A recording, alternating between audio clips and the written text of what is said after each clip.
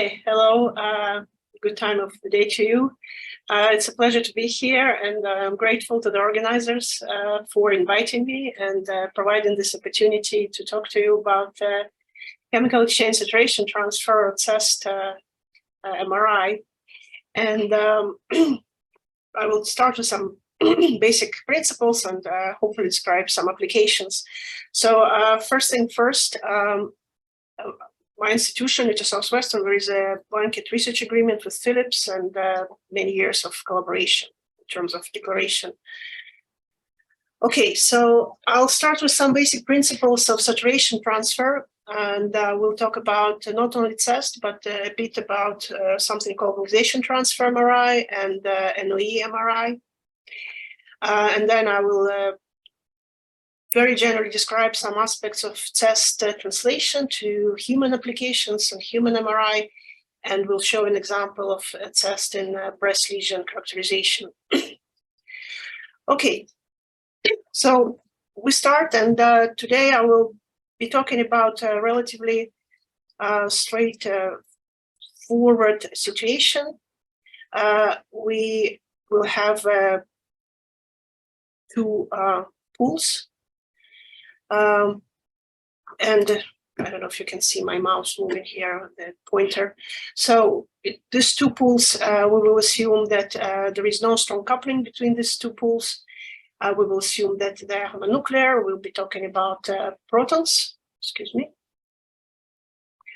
protons, and each one of those pools have distinct chemical shift and distinct relaxation times. But there is some sort of coupling between them, some sort of information transfer.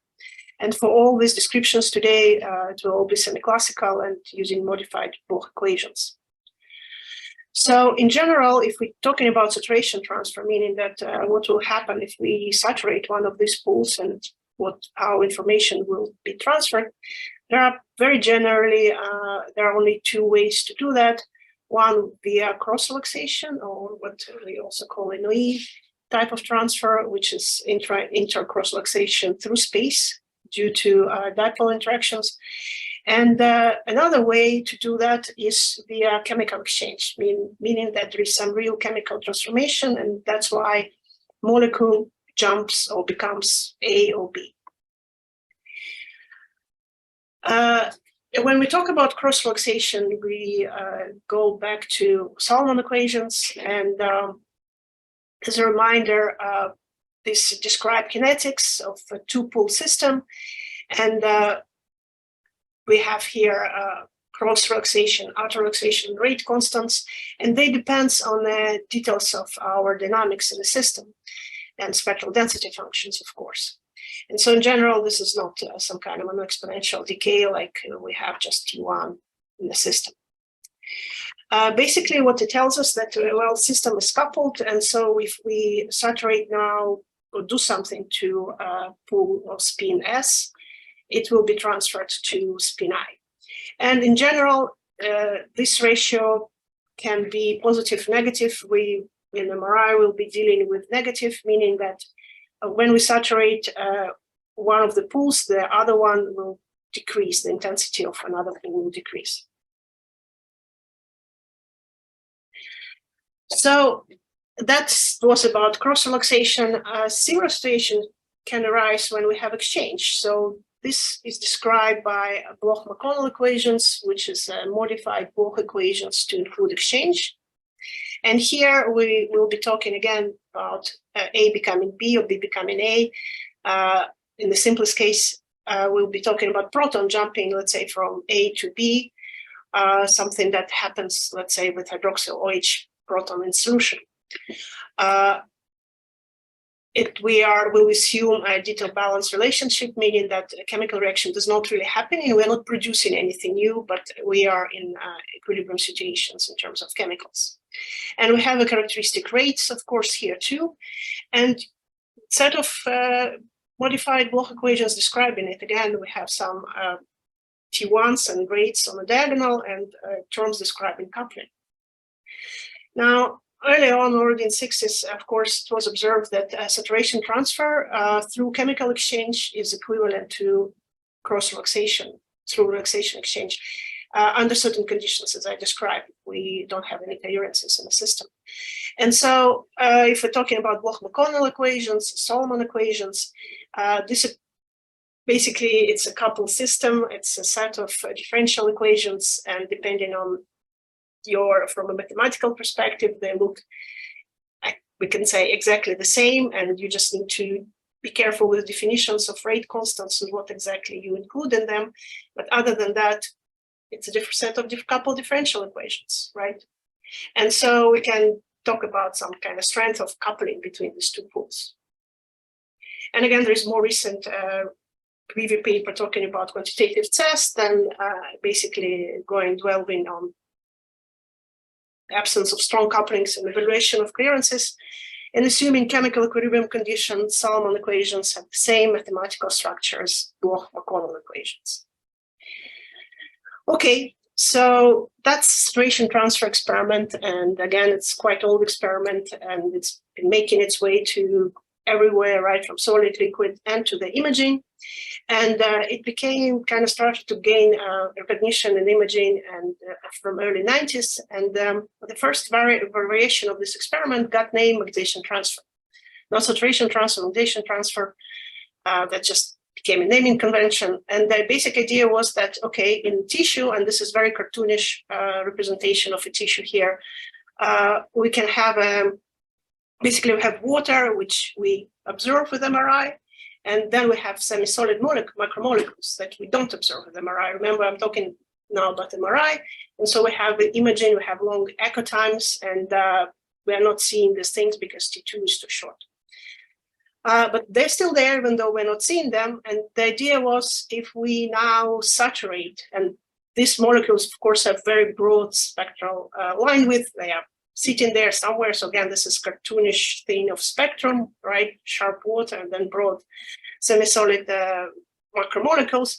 And so if we go and saturate somewhere off resonance from water, this saturation will get transferred to water via some kind of combination of cross-luxation and exchange, okay? And that got name of MT, and we can quantify it using MTR, or magnetization transfer ratio, meaning we're doing difference between signal without saturation and signal with saturation, and we normalize it. And this MTR can serve as an indicator of the amount of macromolecules and water mobility. Why? Well, very basic level, if you have a lot of macromolecules and they somehow coupled, again, we're not here talking about what exactly causing it. Is it cross-luxation? Is it all exchange? But if there is this coupling and transfer of information, we'll get decrease in water, and it will be a high decrease in water intensity if we have more macromolecules or if the coupling is stronger. So here's an example from recent book chapter by Seth Smith, and I'm showing here some references, but of course it's just a tip of an iceberg. If you're interested in something, you're welcome to email me or follow the lead of these papers and find more. So yes, this is a brain and sliced with the brain, and you can see here, this is saturated image. I hope you can see my cursor on the screen. I cannot see any reaction, so, okay. Yeah, so, we can see it. Okay, thank you.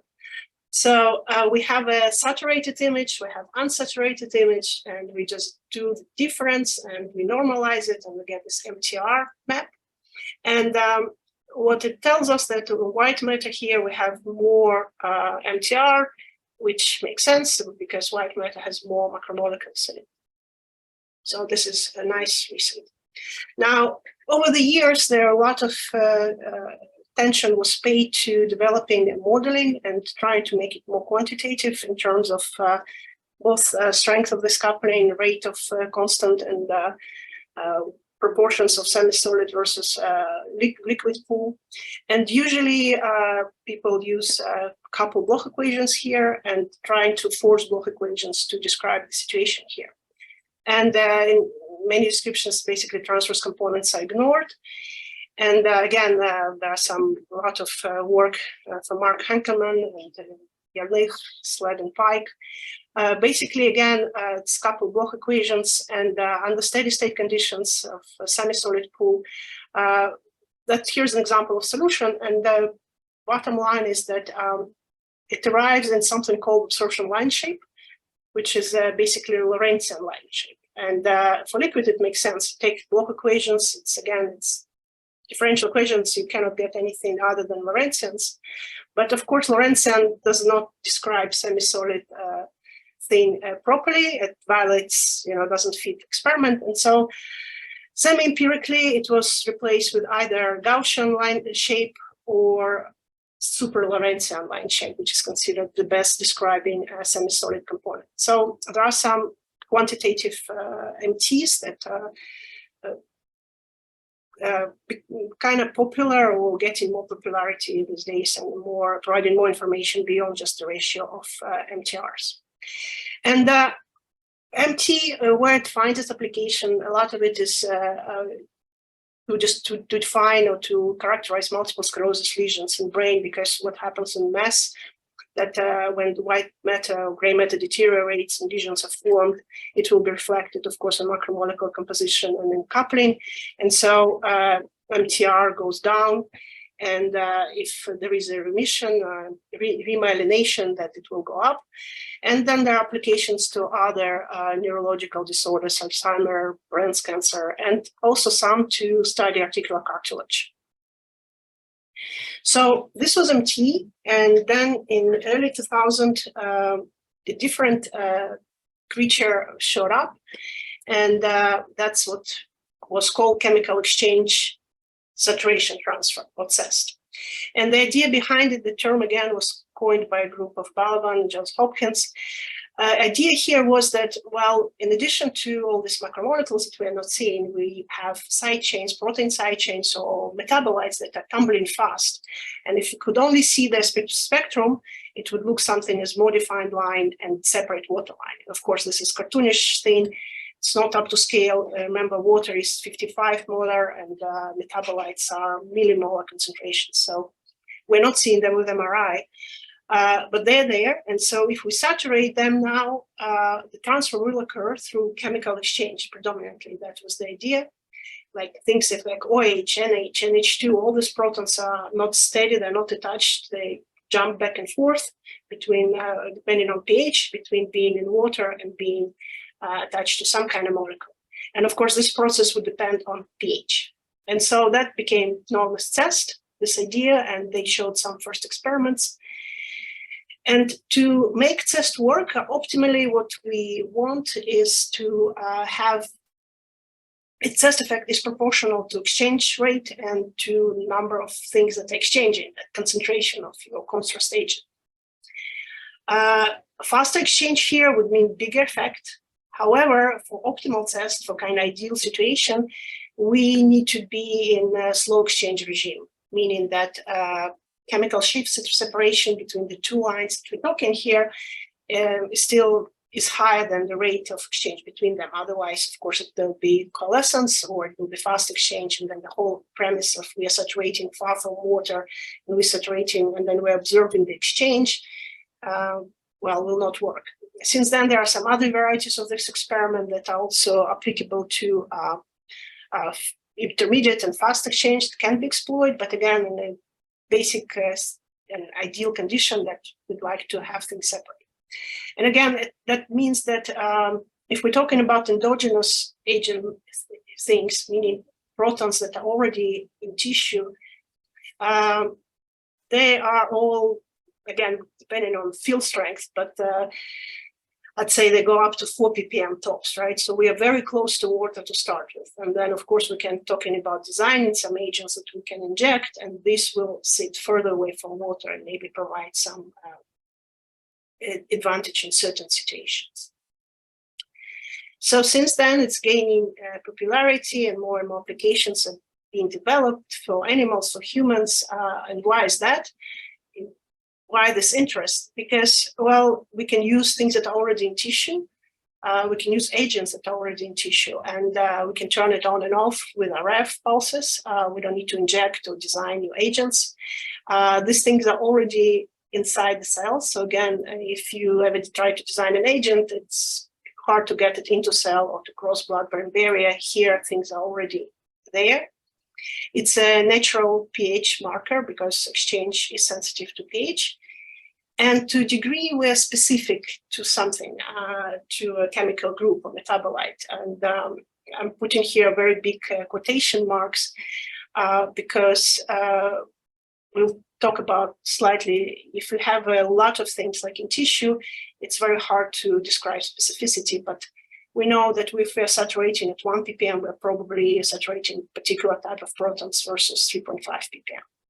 And then we can make some intelligent guesses of where our changes are coming from and contributing to CEST. And to a degree, we're also getting signal amplification.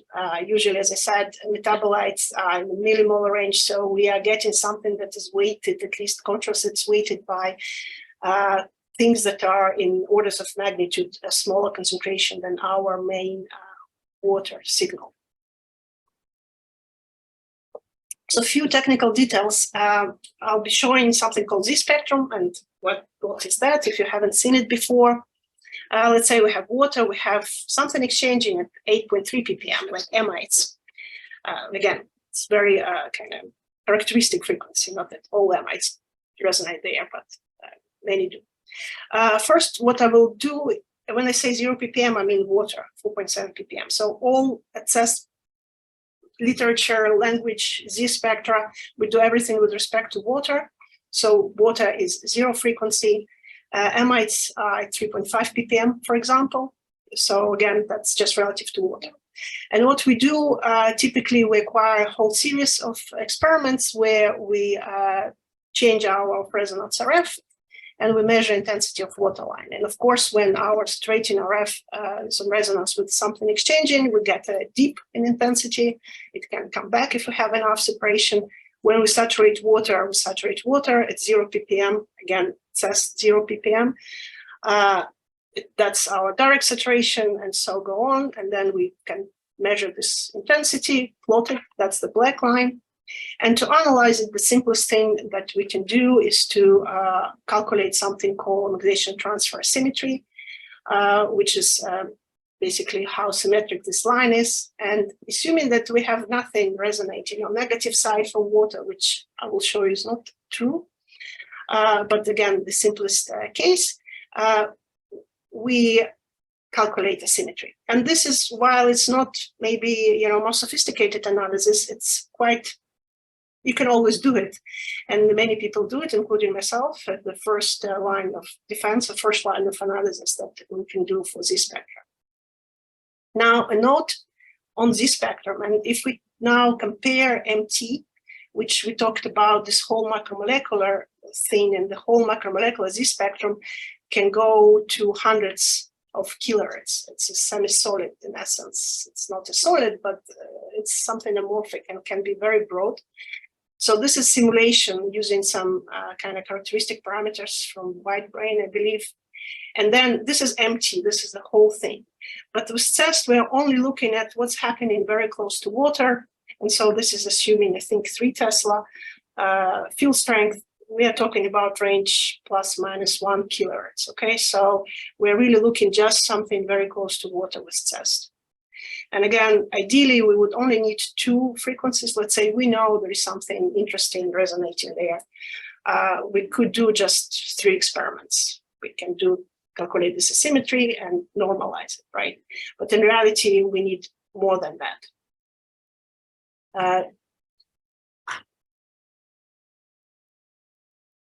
Okay, now this came out in early 2000, a group of Peter Van Zyl and Jean Zhu, Johns Hopkins.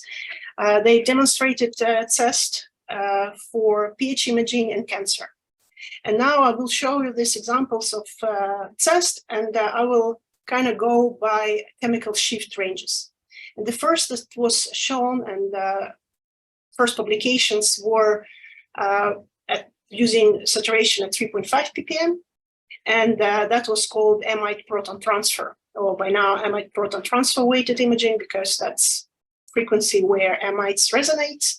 And the idea here is that there are side chains of proteins that reach in amides, and they're tumbling relatively fast. So again, we can separate them. We can say these are amides, and when we saturate them, saturation will transfer to water. And so what you see here is Z spectra from cases red brain in ischemia and in cancer. And these are the MTR symmetry curves. And the red lines here, that's ischemic tissue, and the MTR symmetry decreases. And in cancer, MTR symmetry increases. So we're saying that CEST effect increases in cancer. And that was the first observations. And since then, there is a lot of interest in it. And I have to say that APT-weighted imaging for neuro application, for brain imaging, for brain cancer especially, is the most developed one closest to clinic. It's not to say that, you know, it's all MRIs have it now, but there is a FDA-approved version of the sequence, and people trying it in quite a few clinical trials.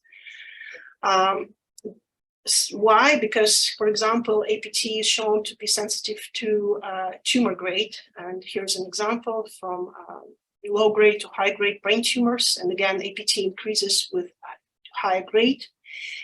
Important implication was shown that it could differentiate between true progression and pseudo progression. Again, we're talking about brain cancer treatments, and oftentimes there is an observation of something that looks like it's progressing. However, it's hard to differentiate using standard imaging modalities. Is it truly progressing, or is it something that's actually goes into remission but appears progressing? And APT has a promise, at least, to differentiate these cases. Recently, it was also shown that it can be sensitive to mutation status of the tumors. And again, importance of this mutation, that if it is present, it's slightly better prognosis. So again, it's important for clinical decisions. And it's interesting, again, to see that with just imaging, we might be able to say something on that level. Of course, pH imaging. And again, I'm showing here some, if you're interested in going more details, there are some review papers here and some papers, and also a recent review in 2022.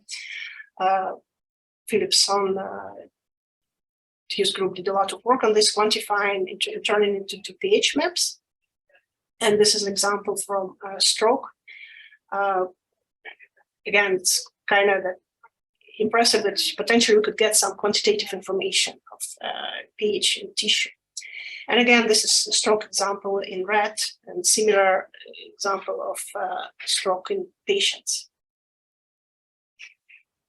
So that was 3.5 ppm. Now, if we continue, and again, like you can see, all these cases, people acquiring more than just one of resonance, right? So you have the whole Z spectrum, and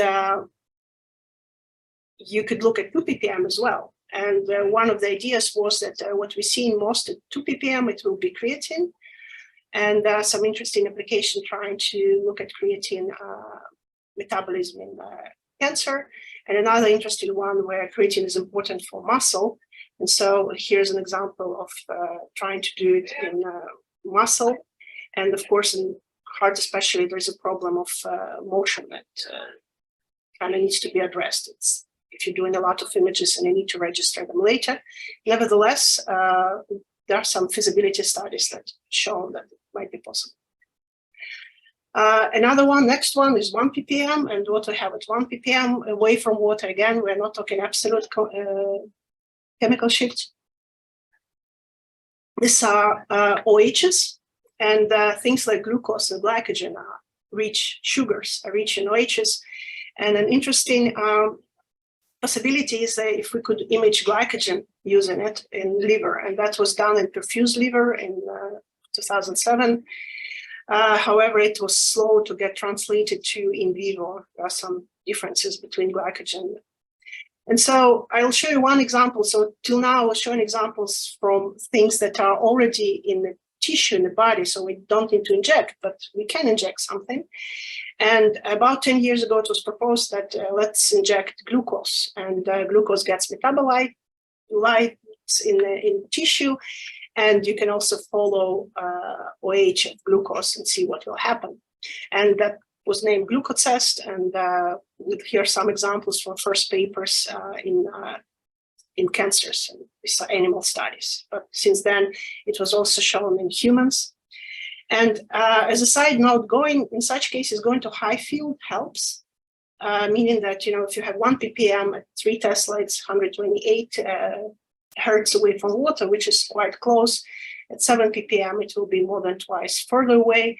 And so potentially it will make life a bit easier in terms of saturating it. However, you might be able to do it in animals and tissues. Going high fields helps. In humans, you may know going to high fields has some other problems, that the imaging itself becoming challenging, especially if you go outside the brain. So again, this is something to take into account when you're talking about or planning to do experiments. Okay, so we have now the saturation transfer, we have tissue, and again, this is very cartoonish representation of things that are happening. So we have our liquid, we have water, which is MRI visible, and as we said, we have macromolecules that are invisible, and we can have some cross-luxation chemical exchange that's happening in saturation transfer. We said we can have protein side chains, and they're participating in real chemical exchange, and we could observe. But there also was observed that there are also other protein side chains and small molecules that are in faster motion, and they perhaps could contribute to cross-luxation directly. And indeed, what will happen is that it's a combination of all these pathways. So many times it's not just like one step we have chemical exchange, one step we have cross-luxation.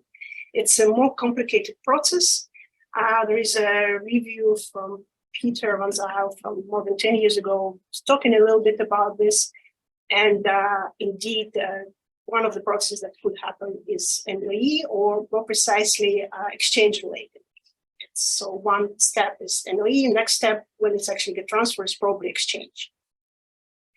And here's an example in the brain of rat, and you see this is the Z spectrum. It has healthy one, it's and tumor, but regardless, the point that I'm trying to make here, that we have this peaks in the Z spectrum that correspond to amides, correspond to amines at 2 ppm, but then you also see things on the other side, and there is no exchanging things here. It's CH and CH2s. So what happening here is that there is an NOE. We call it NOE, but it's probably related NOE more precisely. And we can also see it as a separate dips in the Z spectrum. And of course, this whole thing is kind of broad. It sits on something semi-solid that we call, because we cannot really differentiate what's happening in there. And so NOE on its own shows, we're going to call it RNOE for now, or just NOE. And it's also interesting to look at it as its own contrast. And of course, when people talk about it, asymmetry is no longer applicable. There are more sophisticated ways of analyzing the spectra, something called multi-Lorentz fit, when different things can be fitted. And you can see here a beautiful example from Moritz Zeiss group, looking at different peaks in the human brain. This is the tumor, and looking at NOEs. And NOE can give some advantages. Again, I don't have time to go into the details of different contrasts with here, but one interesting application, group of Yadav, again, Johns Hopkins, when they did something called glyco-NOE, and they look at NOE in the liver, and this is a live rat that either fed or non-fed, and looking at the status of glycogen in the liver. And what they showed that they can see changes in glycogen amount using this glyco-NOE method. Okay, so when we're talking about CEST-MRI, what are things that are we trying to do? What are the challenges? The experiment itself, hey, it's not, you can say, it's not so complicated, just do saturation. All right, so what are we doing actually? What are we acquiring? Are we talking about tissue cells, samples? Are we talking about animals, humans, and even inside the human, the things, challenges, setup will be different if we're talking about brain or outside the brain. One question that people always ask, and I don't think there is a clear-cut answer, is what's the origins of CEST effects and what particular molecule contribute to them? How we do the quantification, again, as I mentioned, asymmetry is not simple, but it does not always works. And of course, if you're talking about human applications, is it useful clinically? Can it be used for something that will improve patient care? Okay, so bit more details about things if we're talking about humans now, not animals, not tissue, humans. So first, pick your field strength. As I said before, we go to higher field strength, get better chemical shift separation, but in human, it means also worse B0 and B1 homogeneities. So what I will show you and what most people do is still confined to 3 Tesla, because 3 Teslas are, at least in the United States, the most common machine. It's a good settlement between field strength. At 1.5, things become really close. 7 Tesla, things become complicated to acquire and not so straightforward to translate or test in patients. SAR, specific absorption rate. Remember, when we do any RF, we deposit energy, and there are limitations, of course, on how much we can do that. So we use low B1 intensity, everything it's less than 3 microtesla intensity, and relatively short pulses up to 2 seconds. Again, when we're talking about humans, in body, brain, we have large B0 homogeneity, so we need to correct for that. With this spectrum will move around and shift around. So we're thinking we are 3.5 ppm away from water, but maybe we're saturating water instead because B0 shifted everything. We need to be mindful of how long things take. And again, it's a human, so the total scan time, including other sequences, should not be more than 1 hour, probably shorter, better. So again, our CEST needs to be 5-10 minutes tops. Also, when we talk about clinical scanners, there is no CW saturation in most of them. So we're talking about pulse. So for example, we give a train of 50 millisecond sync pulses back to back. And then I'd say about 2/3 of the scanners, once you go to high duty cycles, the amplifier would shut down after half seconds. So there are some limitations, again, on how you can do the saturation itself. And then we need to deal with motion, breathing, cardio, peristalsis, everything. And there's also fat. And I will talk about fat in a minute in greater detail. And again, source of contrast I already talked about. So let me show you a detailed example that what my lab is doing, working on, and some other people are working.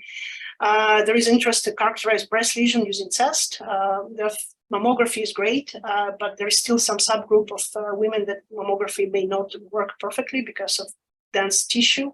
And so the CEST-MRI can be used instead in some cases, but it has, again, not perfect. It's almost perfect, but not perfect. It's, for example, not suitable with patients with impaired renal function. And so other means, other molecular imaging ways such as spectroscopy, diffusion are explored. And one of the biggest questions that we're trying to address now is, can it be used CEST-MRI to help with treatment monitoring for oncologic patients? And so here's an examples from some studies, including ours and by other groups that try to use CEST to characterize breast lesions and breast cancer. And when we go to the body application, breast is one of most prominent examples there. We have a lot of lipid signals. So again, from very simplified perspective, our body contains water, contains macromolecules plus some metabolites, and contains a lot of fat, okay? And it's everywhere.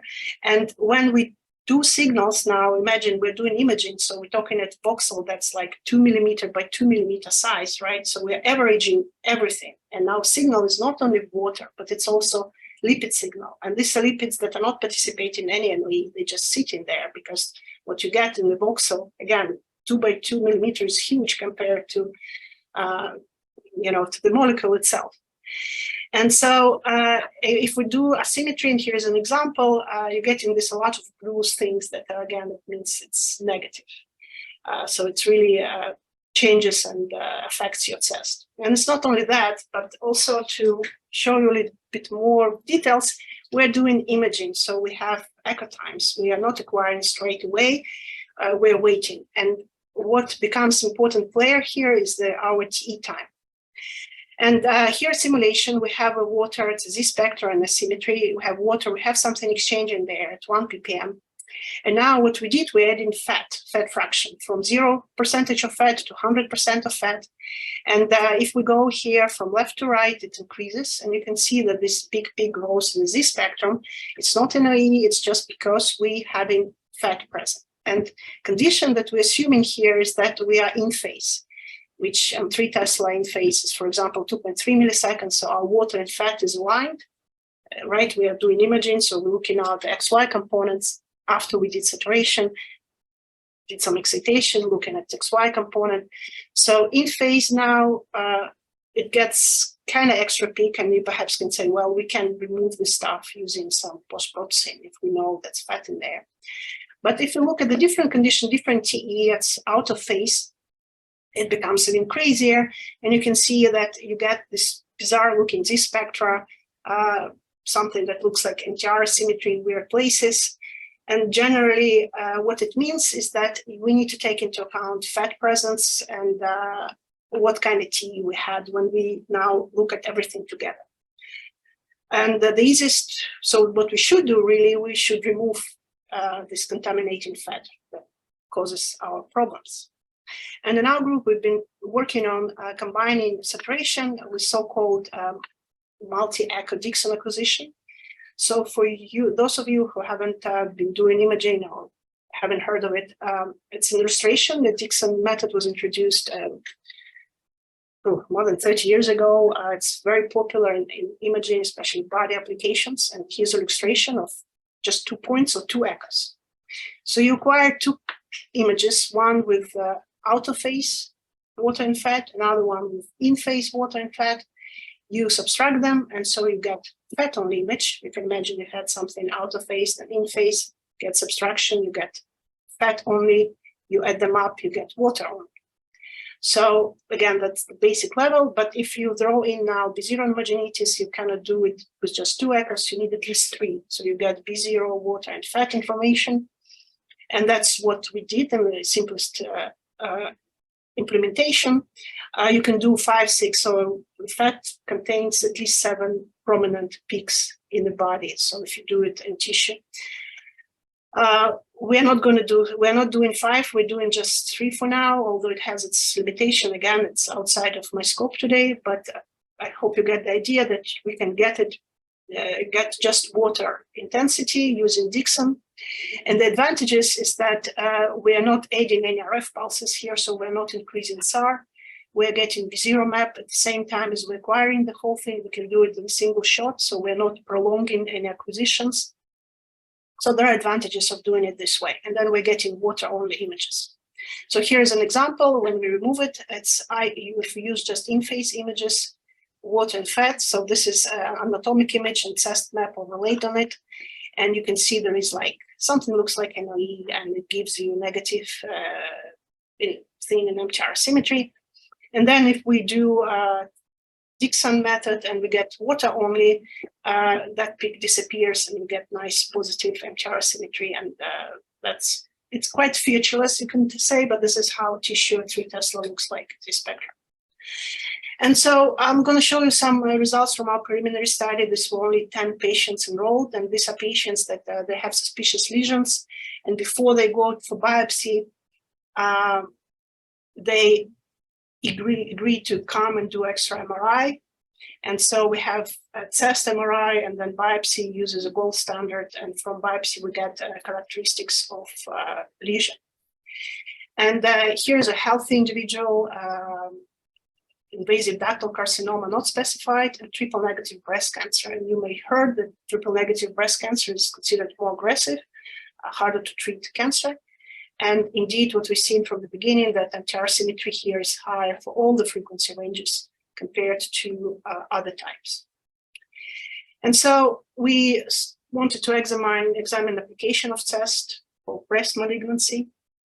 And we look at different frequencies, and the simplest we could do is just define 3, okay, 1 ppm, 2 ppm, 3.5 ppm, and then correlate the MTR symmetry of these frequencies with biomarkers, cancer biomarkers. So ER, PR, estrogen receptor, progesterone receptor, these are indexes of sensitivity to endocrine treatment. And then there is a human epidermal growth factor receptor 2, or HER2, which is important measure of cell growth and division. And ER, PR, HER2, these are things that come in pathology report. They help clinicians to guide their treatment. K67, it's also a marker of proliferation. So again, if, as I already mentioned, triple negative breast cancers considered more aggressive, high K67 associated with more aggressive tumors.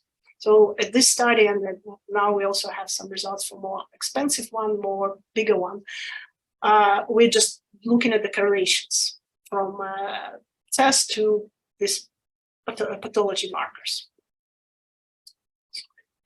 Okay, so here are the results from, again, this was a small study I'm showing here, and we divide our groups to hydroxyl, which is 1 ppm MI, 2 ppm MI, 3.5 ppm. And what we see here is that in a group of ER negative, so this is by ER status.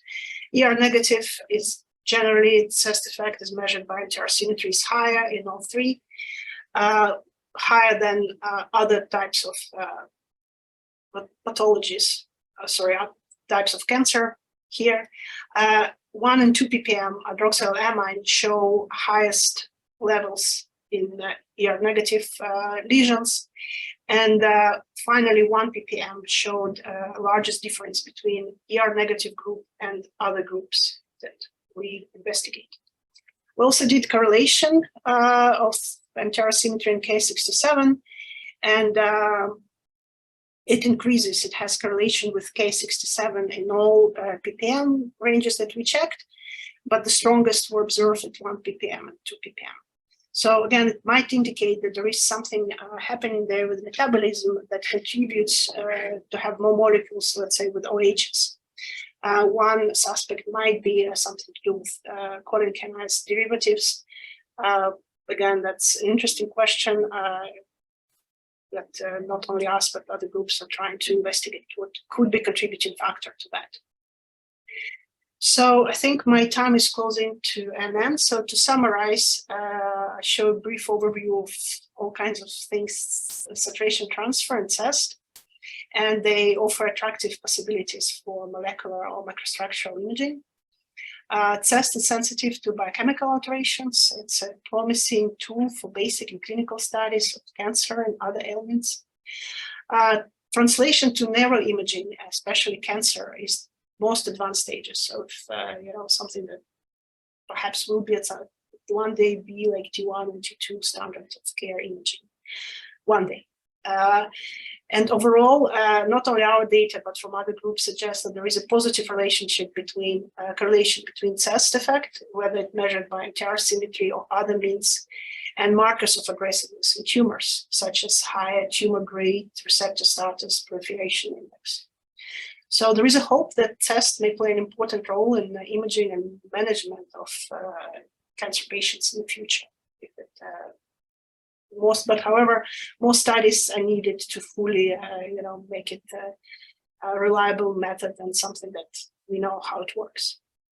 So with that, I'd like to thank many people that worked with me, my group, former and current group members. Xiaojin Wang is currently and my collaborators, Adrian, Pedroza, Kinski, other people.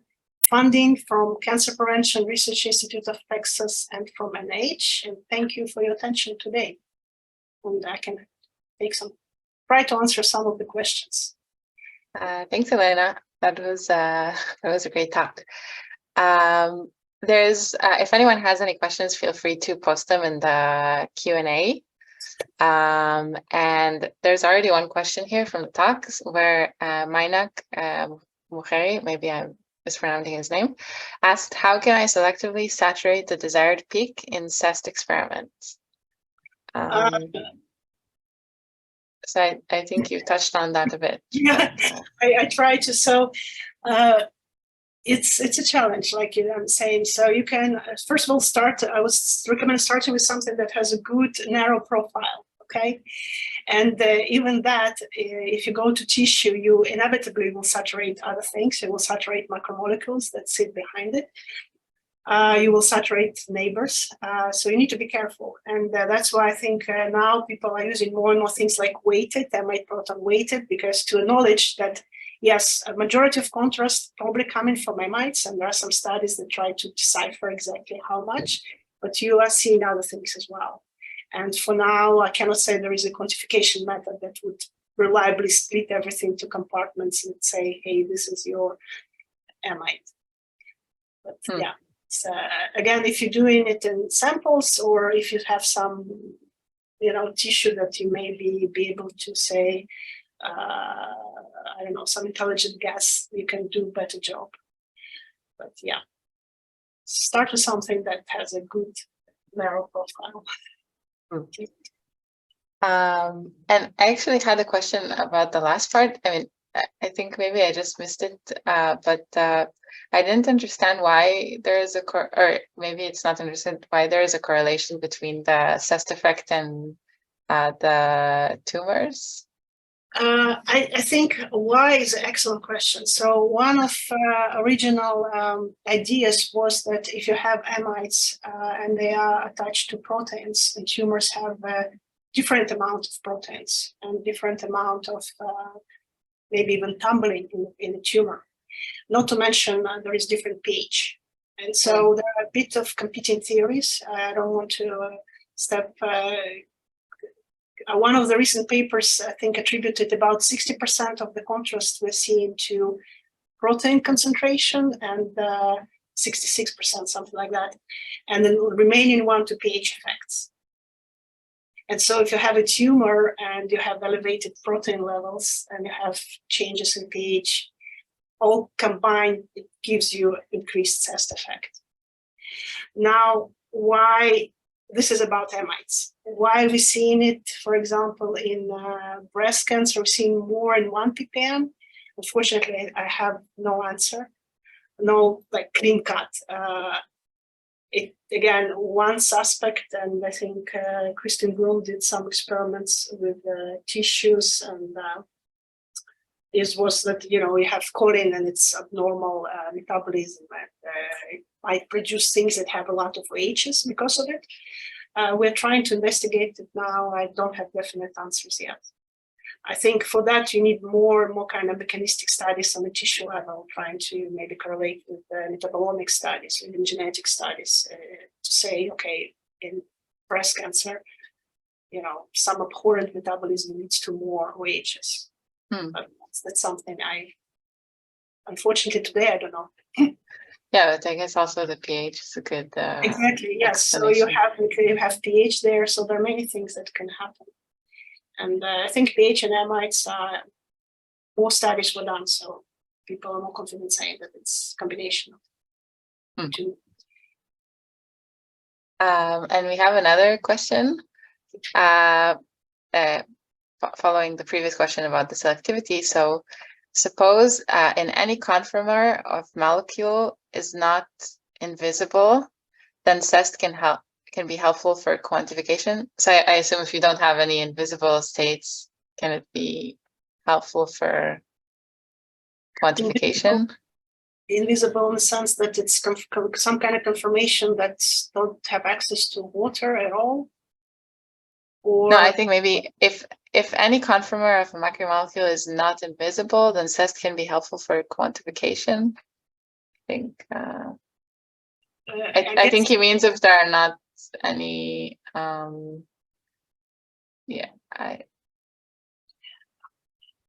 I'm not sure, but there are actually some experiments that are trying to look at conformation things that are maybe if they're healthy, let's say, or if you don't have access to water, but then something changes, it becomes, let's say, more exposed to water, and then you get CEST effect.